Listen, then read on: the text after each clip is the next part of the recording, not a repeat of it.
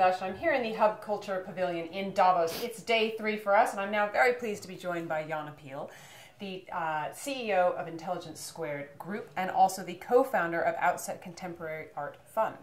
So tell me why you're here at Davos. Well, thank you very much, Edie, for that kind introduction. I'm very privileged to be here as a young global leader for the second year.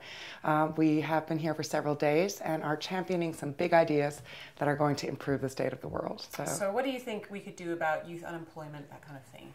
I think we really have to look at this idea and decide whether 20% youth unemployment in the Western world is inevitable. Are we really looking at a generation of young workers that are going to be faced with these precarious work conditions in developed countries and persistent poverty in developing ones?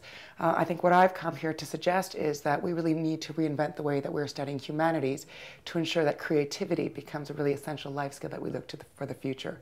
So essentially, what I'd like to suggest is that museums need to be brought into the picture, not just in the frame of arts education, and that we really need to think about how we're studying the arts to encourage an economy that moves from the knowledge-based economy of the 19th and 20th century to one that's very much based on the creativity dominant today. So do you have any examples of how that might work? Sure. I think we're seeing such innovative partnerships emerging in maths and sciences, and we're seeing museums slowly also adopting these kind of entrepreneurial extensions to their work. If we look at Tate in London, we're seeing that Google Art Project have come in to modernize some of their masterpieces, to bring these masters to the masses. We're seeing GPS brought into Smithsonian with funding from foundations like Gates and Pew. We're seeing MoCA launching television channels. And we're seeing MoMA bringing education online to 3,000 students where there's really demand for 300,000.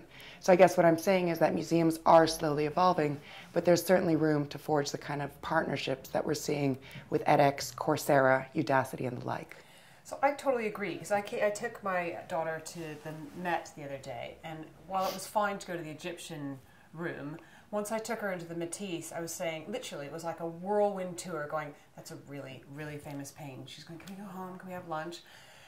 And I just thought there was this huge opportunity missed, that if I'd had something on the iPhone to show her, something that she could engage with and see, that it just would have brought things to life. And I just feel like it'd be so easy to do now.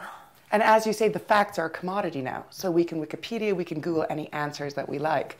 I think it's fascinating, just as the lure of visual culture is so pervasive for the next generation. Instagram, Facebook, Vice Media, they're all so visual. That's the very stage at which the arts are actually being cut out of curricula.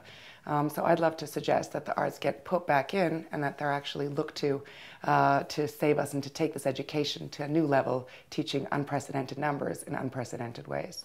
So I want to ask you about Intelligence Squared, because I have a personal interest. I love it. I used to organize events for them as well. Tell me what you think, how you think Intelligence Squared might add to education, add to skills. Well, we're very excited. For me, Intelligence Squared started 10 years ago, first as a consumer in London, queuing up for those sold-out tickets. Then 4 years ago, bringing it to Asia, seeing if that kind of idea of challenging preconceptions in a public forum would translate to an Asian audience.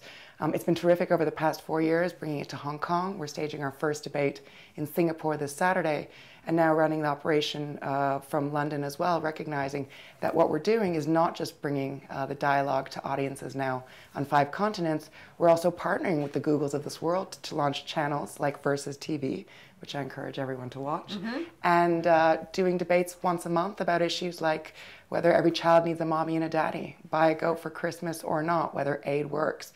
We're debating drugs and whether the war on that should be fought with Eliot Spitzer and Richard Branson, and hip-hop with Jesse Jackson, which is new territory for us.